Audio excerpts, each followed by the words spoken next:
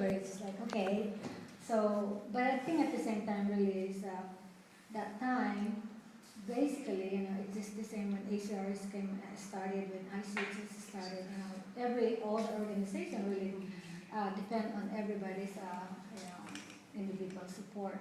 And so we ended up doing everything, we have 3, 4 different hats that we're wearing wherever we go, because Right. that's the way it is, how to get things done.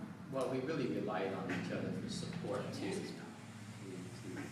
And I think that's the one that we don't Go have. when you can to accomplish something. Yeah. How did you guys, what was different about what you knew the youth needed back then? What were some of the things that you guys specifically did? We did everything. Well, it's the primary things with API, the Asian youth population and substance abuse, was really we were working with immigrant and refugee youth. And there's just some primary things that it wasn't any different from when I was working with youth in my 20s with the Asian Youth Council. It was basically acculturation. There was language, the need to fit in, where again, the youth were the ones that were becoming westernized. Their parents were often working 1 or 2 jobs. They didn't speak the language. The children were the ones that were maneuvering their parents through the system. There was the whole piece around peer pressure and really wanting to become westernized. It was wanting to be American, didn't want to have the stigma of not being able to have what everybody else had. And being in school and maybe not understand, not having the same support, not having their parents advocating for them in the schools. So oftentimes the staff played all those roles. And it was not just about working with the youth, it was working with the families, and then it was working with the schools, because they were oftentimes not being very culturally relevant or competent with the students. And so we tried to do a lot of school-based types of activities to provide support. And our target was not doing, prevention was really with elementary and the transition into middle school. But I don't think it's very much different than things are today. Unfortunately not, yeah, sounds the same. And it's. I think a big thing was identity development. We would take these groups of students to go to conferences, and they would put on workshops, and you could see them kind of become empowered with a voice and speak for the community. So we go to a lot of conferences, we go on leadership trainings, ropes courses, we would take them camping out of their comfort zone, out like new experiences that they had never been on before. I remember, predating Wapi with the youth group, we took a group of Samoan kids to Alabama, and no one had known what Samoans were, so they felt out of place, but they also felt comfortable, educating people about what that was like. I just remember on the ropes courses, some of the kids would be really scared, and they would create a bond with each other, that they really become supportive of each other, which was nice to see.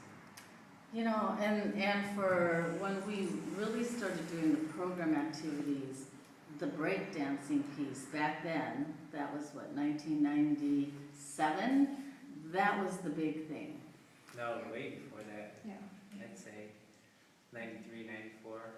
But when they started doing that and then going to the conferences, and that was like the center point, they would be a program and they would, break dance, then they became I mean, it was like all the other youth from across the state. Then the tension became, you know, it was like they had this skill and this talent.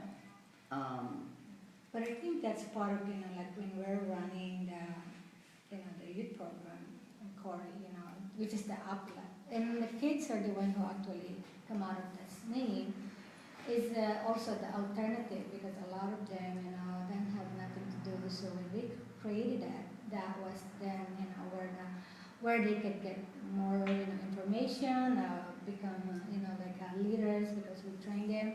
And, I think one of the good thing also with that is because of that empowerment, or, we provided all this information, that we got 2 awards.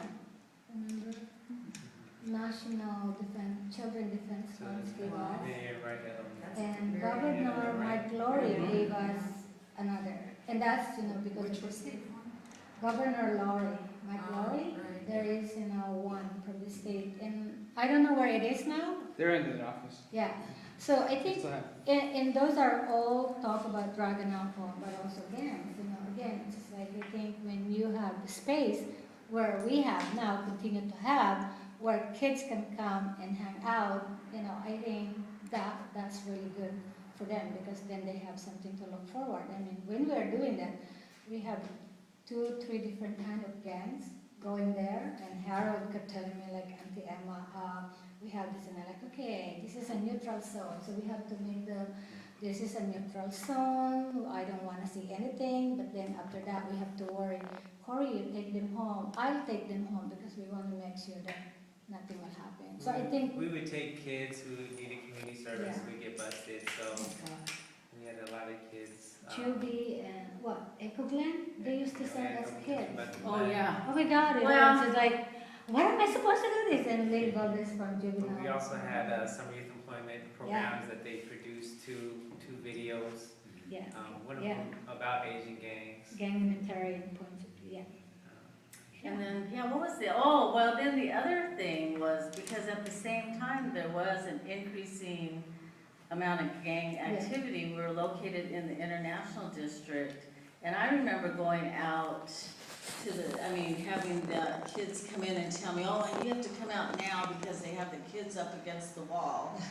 And the police didn't know that the youth were not involved in, They're just hanging out. negative activities. They were just coming in for the program, and they had these kids up against the wall outside on Maynard. And so, but I think when they saw that as an adult, that we were also advocating for them, and then we looked at ways, because I basically went out there to kind of diffuse the situation, and what resulted in that was we started doing some relationship building with some of the officers in the district.